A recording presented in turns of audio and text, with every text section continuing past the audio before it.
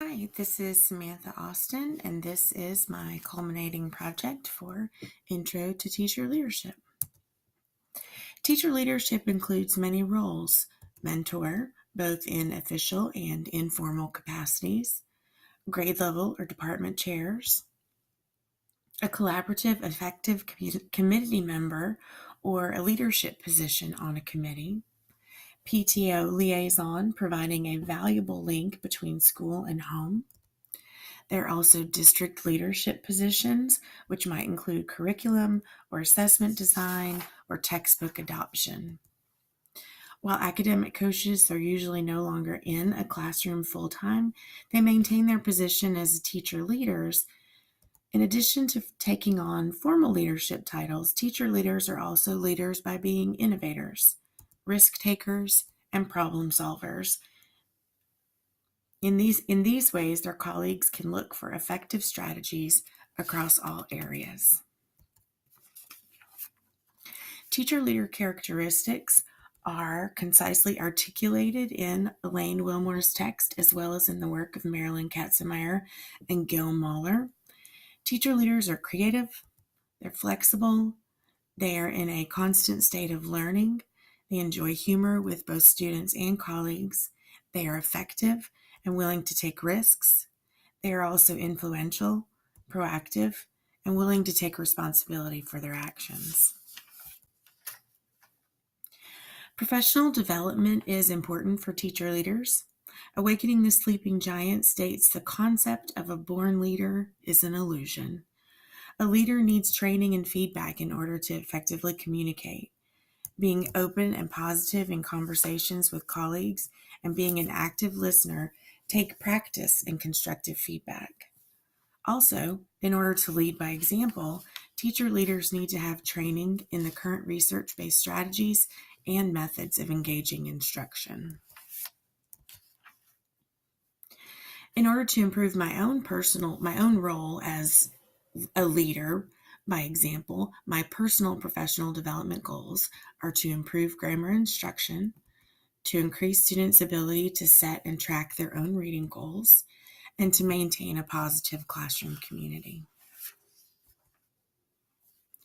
The teacher leader's role in educational reform is valuable. First, changes in teacher preparation can happen through the voices of teachers in the classrooms.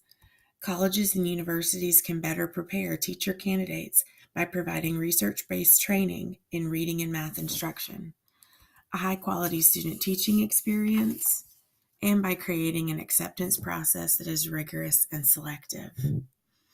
Teacher leaders can also work to improve teacher compensation in order to attract and retain high-quality teachers.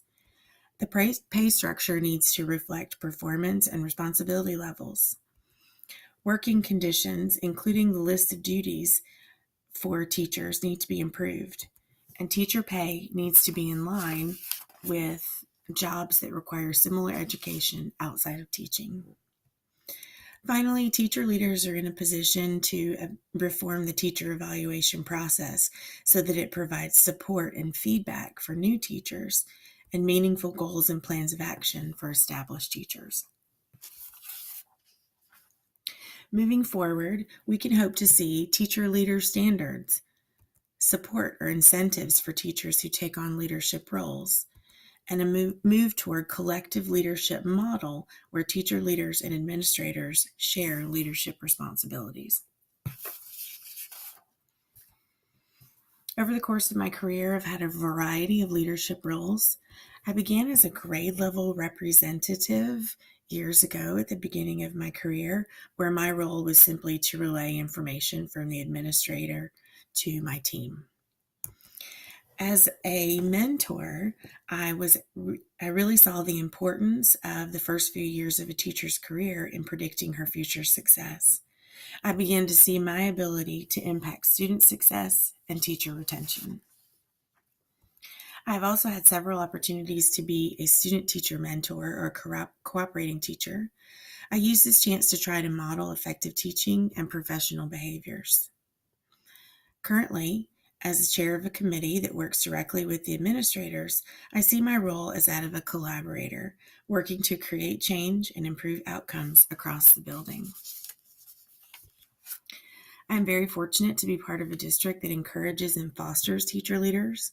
As part of the district leadership team, I am receiving the training and feedback I need to be an effective teacher leader. My views pertaining to teacher leadership have definitely changed over the years. In the beginning, when I was reluctantly placed in a leadership role, I did not feel qualified or competent enough to contribute in any positive way. Eventually, I sought leadership roles, but I really only looked for opportunities to follow or agree or maintain the procedures already in place. It didn't take too long, though, before I saw my role as a teacher leader change to that of a collaborator, working with colleagues and administrators to effect positive change for students. The valuable points I took away from the text are the value of leading by example. One does not have to earn a title to be a leader. Just as with students, teacher leaders must remember if progress is not occurring, something is wrong. Finally, I appreciate that Awakening the Sleeping Giant articulated that a leader takes responsibility for the outcomes she helps create. The principal is not the face of the outcomes. The leadership team, including teacher leaders, are. My final questions. How can I improve professional relationships in my role as a teacher leader? And how do I navigate my relationships with my colleagues and with the administrators? I want to be able to create credibility and collaboration with the administrators, but also maintain trust and cooperation with my colleagues.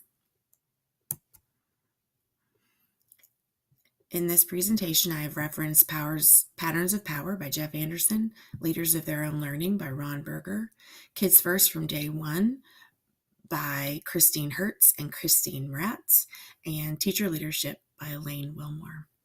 Thank you.